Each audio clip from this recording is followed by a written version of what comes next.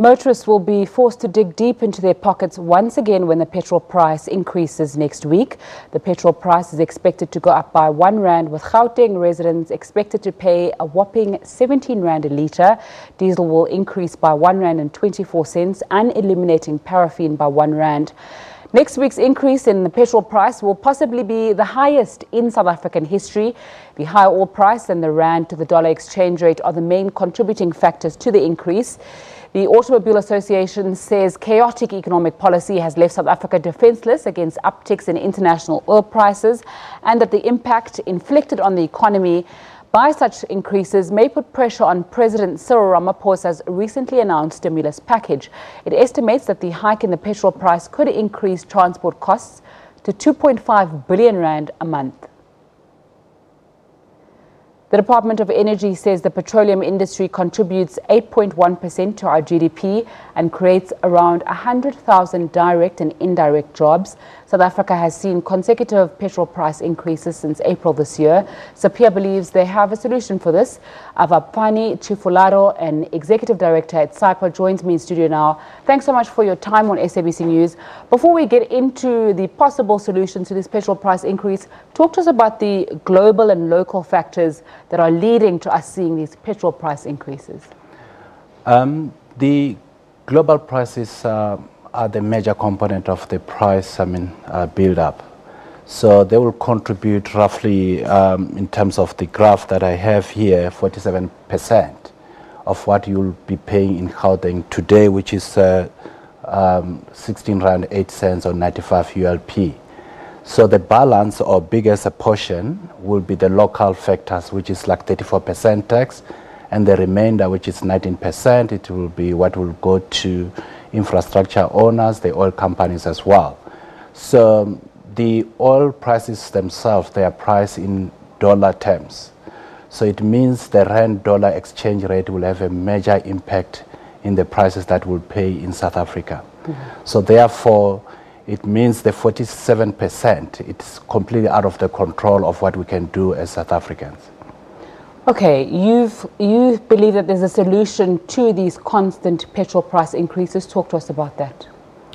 I think right now the petrol prices adjustment are based on the regulations that have been approved by the minister. So the factors that are beyond your control, I think you have to take measures like in terms of saving, the way you use fuel, in terms of like the way you drive, that the way you service your car, it will help you to minimize the impact itself. When it comes to the international factors, which is a big component, there's nothing really much you can do. All you need to focus on is to make sure that you create certainty as far as how you apply the rules, as far as setting the prices of petroleum products in South Africa. So is this that Slate Levy mechanism that you've been speaking about? The Slate Levy mechanism we're just explaining in terms of how it works.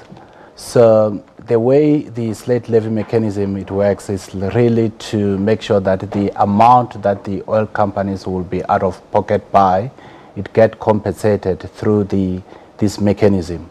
So it is controlled by the Department of Energy, and then it allows, for the under recovery to be compensated. Mm-hmm. So it is part of the package of fuel pricing mechanism.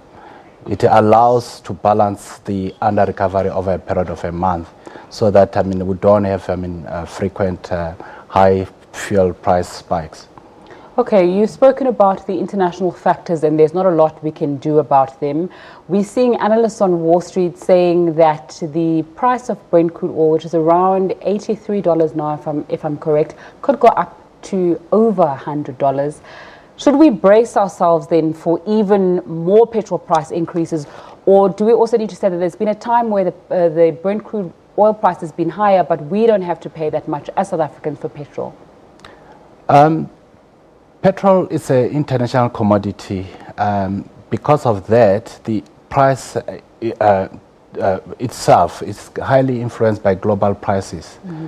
So you can hardly differentiate whether the product is manufactured locally or it's an import because of the pricing mechanism that is used. Of course, we always going to be concerned about the impact or the strain that the higher oil prices are causing for individual motorists or the economy in general. So becomes critical that people need to aware in terms of what are the measures that are within their control, like in terms of do you have alternative means of transport? Is there a way that you can join a lift club? Is there a way, if you are in the market for a new car, to consider the fuel consumption itself? Because that is the only way you can take the situation in your hands and try to minimize the impact. Thanks so much for your time. Apapani Chifulafro, and Executive Director at SAPIA, joining me in studio.